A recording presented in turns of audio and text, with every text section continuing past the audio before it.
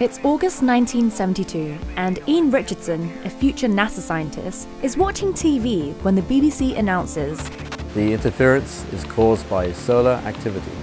He didn't know it then, but the sun had just erupted in one of the most powerful solar events ever recorded. There was no threat to humans because Earth's magnetic field deflects much of the sun's radiation. But the explosions were so powerful that intense radiation disrupted TV signals and caused radio blackouts. So what if you were outside Earth's magnetic field? On the moon and beyond, astronauts face the risk of extreme radiation exposure. Luckily, the intense radiation in 1972 occurred right between the Apollo 16 and 17 missions, where no astronauts were in their path. As NASA plans missions to go back to the moon and then onto Mars, predicting the sun's activity to protect astronauts from space radiation is one of our biggest priorities. One of the biggest unknown factors about going to space is the radiation hazard from the sun. This is Ian today, studying the effects of the sun, also known as the field of heliophysics. The sun is always emitting radiation like the light we see, but certain energetic particles, like from the August 1972 events, can be far more harmful. To be able to forecast solar energetic particles, we need to know how the sun energizes them. The sun is made up of electrically charged particles called plasma. As this plasma moves, it builds up energy inside its massive magnetic field. This energy is usually released in two types of explosions. Flares are intense flashes of light. Coronal mass ejections are giant eruptions of solar material. These solar eruptions send shock waves across the solar system, accelerating particles as they go. These are solar energetic particles, or SEPs. They consist mainly of protons and possess a lot of energy that can affect satellite measurements and humans. SEPs can bombard you with a lot of radiation in a short period of time. They can penetrate your skin, damage your DNA, and increase your chances of getting cancer and radiation sickness. But they don't occur with every solar eruption. Only a small number of flares and coronal mass ejections create SEPs. So we're trying to predict when SEPs form and how they travel through space. At NASA's Goddard Space Flight Center, the Community Coordinated Modeling Center, or CCMC, is dedicated to testing prediction models.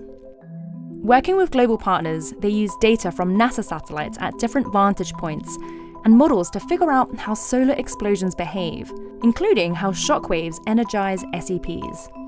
And as we get better at predicting, we get more time to prepare. Preparation for an SEP event, of which you may know that is already coming and perhaps the magnitude as well, the technique that you would want to use is to put as much mass between you and the source. On the surface of the moon or Mars, astronauts can go underground or build shelter with local materials. But in transit, astronauts can only be protected with what's on the spacecraft. Which means that you might have elements on a spacecraft that have multiple purposes. NASA's space radiation specialists are testing different ways to do this. One strategy they tested on the Orion spacecraft involves crew members barricading themselves with as much mass as possible in the center of the spacecraft. Other possible techniques in development include vests that add mass and electrically charged surfaces that deflect particles. In terms of radiation protection and radiation mitigation, the factor of time is extraordinarily important. The sun has a natural 11-year cycle that transitions through low and high activity, which is indicated by the number of sunspots on the surface. More sunspots mean more eruptions, resulting in a higher risk for SEPs. But during this increased solar activity, the sun's magnetic field strengthens, enhancing its shield against another important source of radiation, galactic cosmic rays. These are charged particles travelling at nearly the speed of light that are thought to come from supernova explosions from within our galaxy and possibly further out in the universe. If solar energetic particles are intense sporadic storms, then galactic cosmic rays are a constant drizzle. Galactic cosmic rays are more sparse, but also much more energetic. They include heavier elements that can penetrate through vast amounts of materials. Understanding the rate of galactic cosmic rays helps us determine how much time astronauts can spend in space safely. To date, humans have only been on the lunar surface for a cumulative total of about 12 days. A trip to Mars will take 6 to 10 months each way, That means even more radiation exposure, and so NASA is doing work to prepare for that.